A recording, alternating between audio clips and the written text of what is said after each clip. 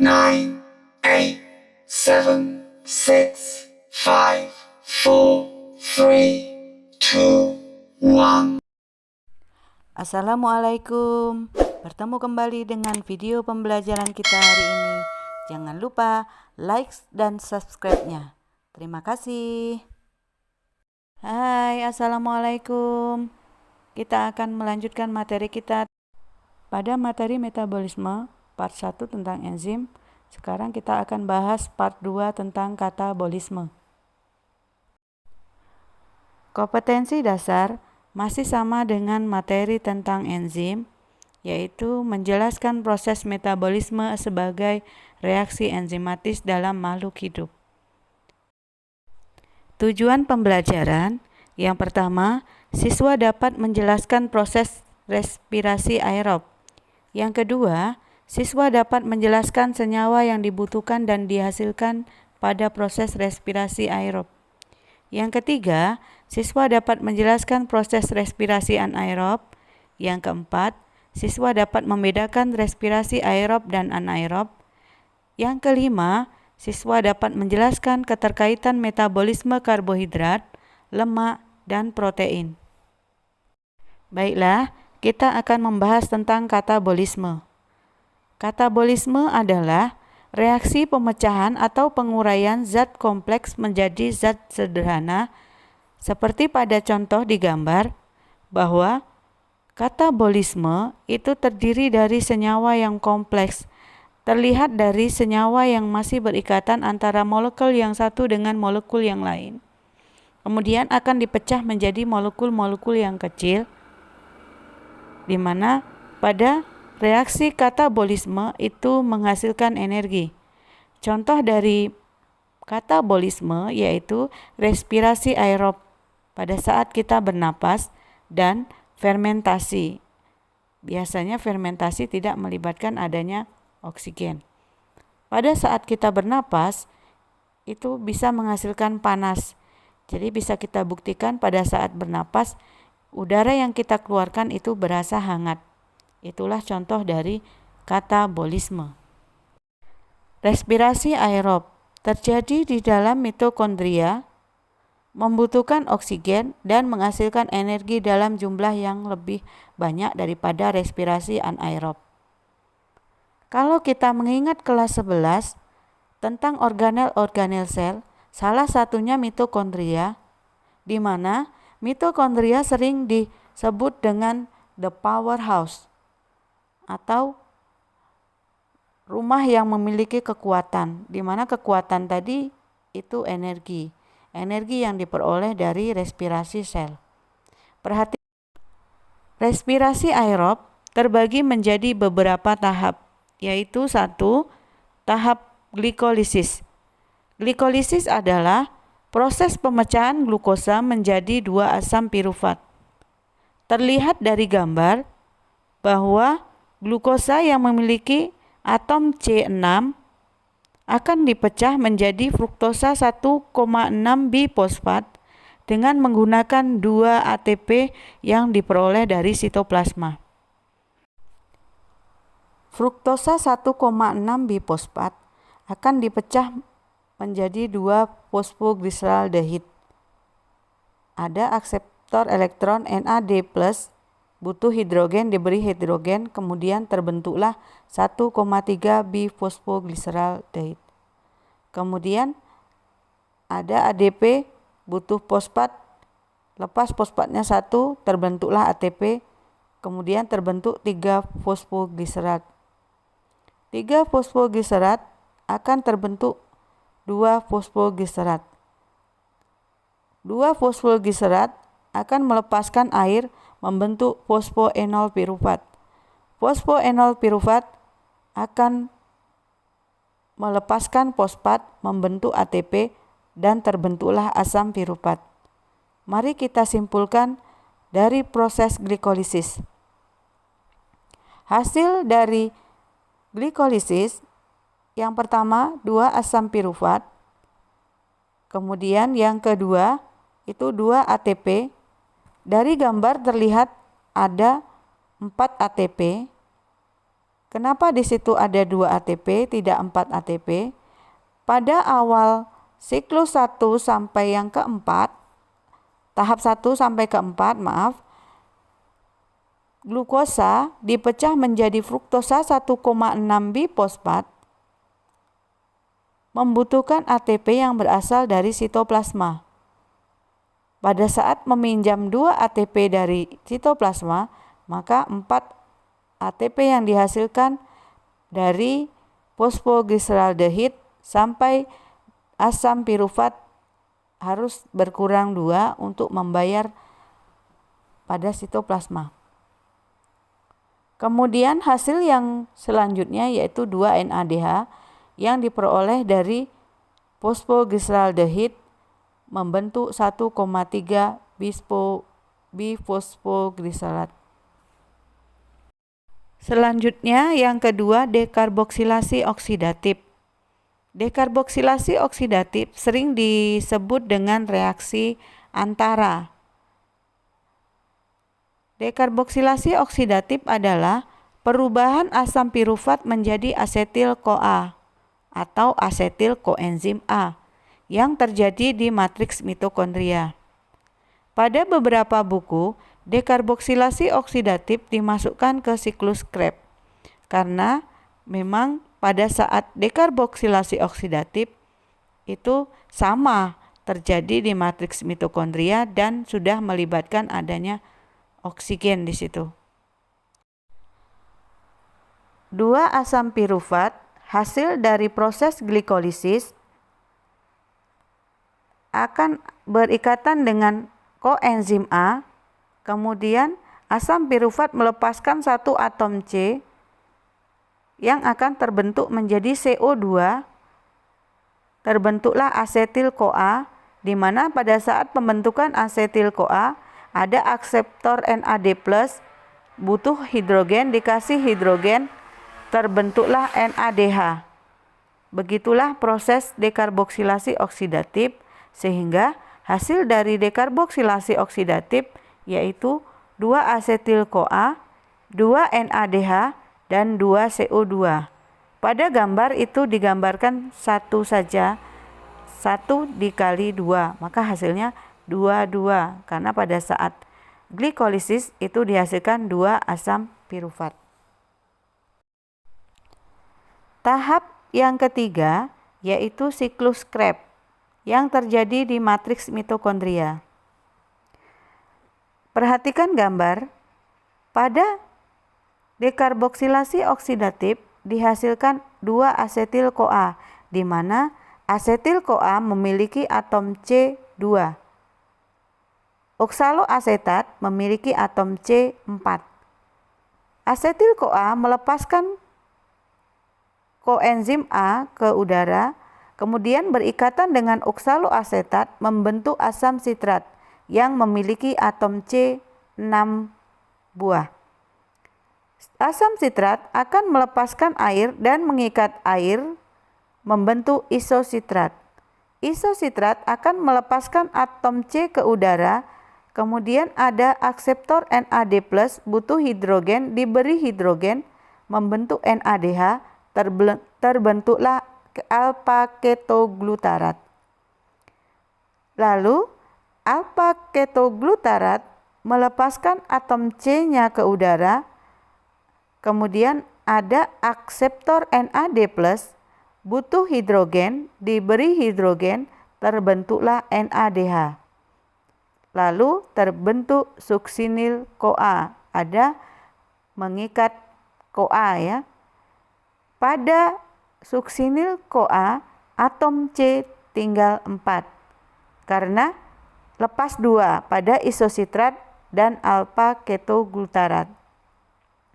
Suksinil-CoA akan melepaskan koenzim A-nya, kemudian terbentuklah GDP. GDP akan membentuk GTP yang akan terkonversi menjadi ATP. Terbentuklah suksinat. Suksinat ada FADH, suksinat ada FAD+, butuh hidrogen, diberi hidrogen, kemudian terbentuklah FAD. ya. Terbentuk fumarat. Fumarat mengikat air, terbentuklah malat. Kemudian malat ada akseptor NAD butuh H, diberi H, terbentuklah NADH. Kemudian membentuk oksaloasetat yang memiliki atom C. Kemudian oksaloasetat akan berikatan kembali dengan asetil-CoA membentuk asam sitrat. Begitulah selanjutnya untuk siklus Krebs. Oke, mari kita simpulkan dari siklus Krebs. Yang pertama, hasilnya yaitu 6 NADH. Pada gambar dihasilkan 3 NADH dikalikan 2 karena asetil CoA-nya ada 2. Kemudian FADH ada 1 kali 2, 2.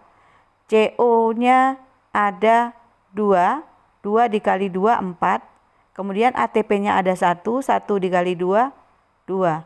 Maka hasil dari siklus Krebs yaitu 6 NADH, 2 FADH, 4 CO2, dan 2 ATP. Tahap yang terakhir yaitu transport elektron. Transport elektron adalah perubahan NADH dan FADH menjadi ATP yang terjadi di krista mitokondria. Krista mitokondria adalah lekukan-lekukan yang ada di dalam mitokondria. Kita akan menyimpulkan dari tahapan transport elektron. Yang pertama, pada glikolisis diperoleh 2 NADH, dekarboksilasi oksidatif diperoleh 2 NADH, siklus Krebs diperoleh 6 NADH dan 2 FADH. Maka total keseluruhan dari NADH ada 10, kemudian FADH ada 2. Untuk membentuk ATP, NADH akan dikonversi menjadi 3 ATP yang dikalikan dengan 10, maka terbentuklah 30 ATP. Untuk FADH akan dikonversi menjadi 2 ATP yang akan terbentuk menjadi 4 ATP. 2 dikali 2, maka terbentuk 4 ATP. Hasil total dari transport elektron yaitu terbentuklah 34 ATP. Oksigen pada transport elektron berperan sebagai akseptor elektron terakhir pada transport elektron. Jadi, oksigen itu akan mengikat hidrogen yang dilepaskan dari NADH dan FADH untuk membentuk H2O atau uap air. Maka yang dihasilkan adalah 6H2O. Selanjutnya kita akan membahas tentang respirasi anaerob. Respirasi anaerob terjadi di sel-sel otot atau di dalam sel bakteri atau fungi, tidak membutuhkan oksigen dan menghasilkan energi dalam jumlah lebih sedikit daripada respirasi aerob.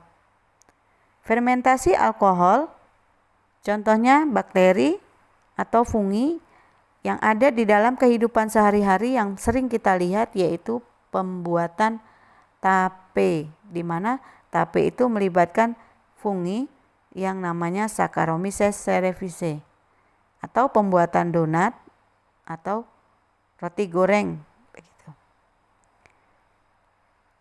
Dan yang kedua, fermentasi asam laktat yang terjadi di sel otot. Perhatikan gambar. Pada fermentasi alkohol, glukosa dipecah menjadi 2 asam pirufat, di mana ini merupakan proses dari tahapan glikolisis.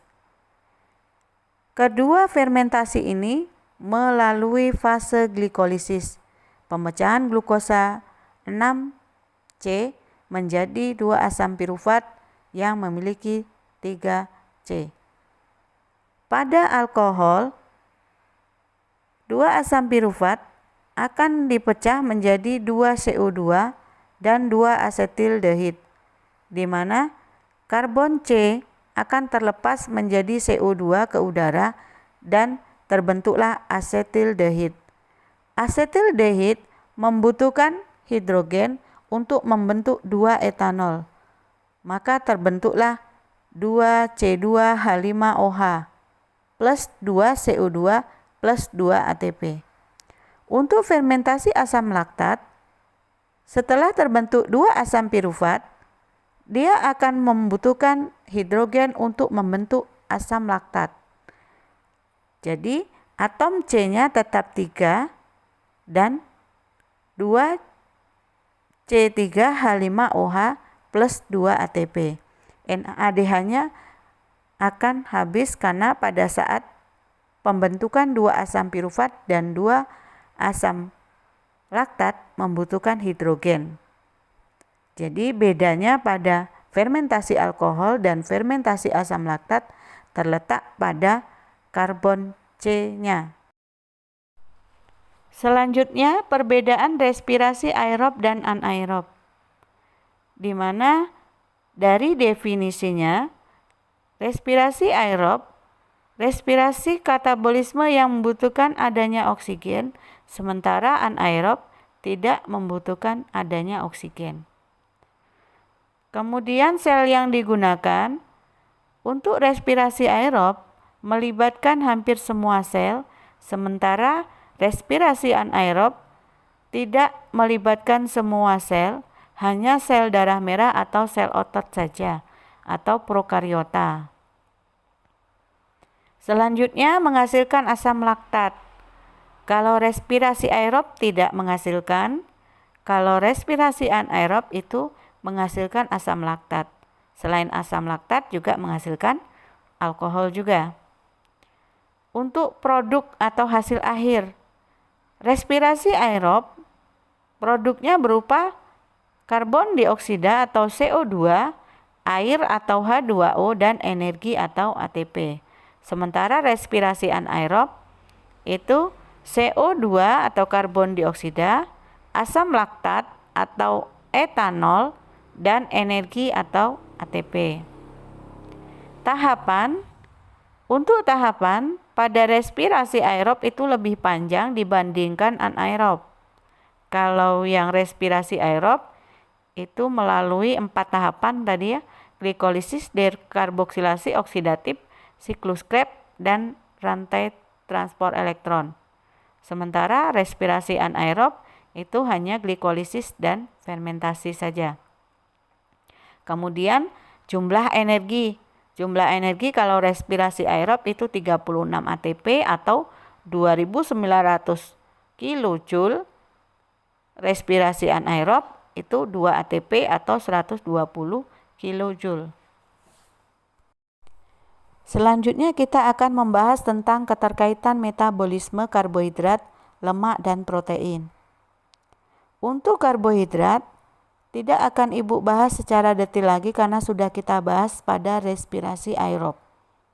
Yang mau Ibu bahas protein dan lemak.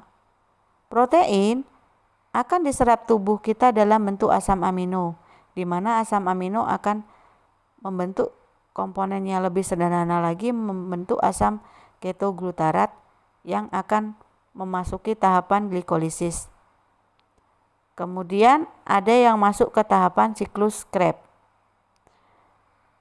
Kemudian asam amino akan deaminasi yang akan keluar bersama urin kita dalam bentuk urea. Sementara lemak akan diserap tubuh kita dalam bentuk gliserol dan asam lemak. Gliserol akan memasuki tahapan glikolisis dalam bentuk gliseraldehid atau 3P. Sementara asam lemak akan memasuki tahapan asetil koenzim A atau dekarboksilasi oksidatif dalam bentuk beta oksidasi. Sekian pembelajaran kita hari ini. Terima kasih, semoga bermanfaat.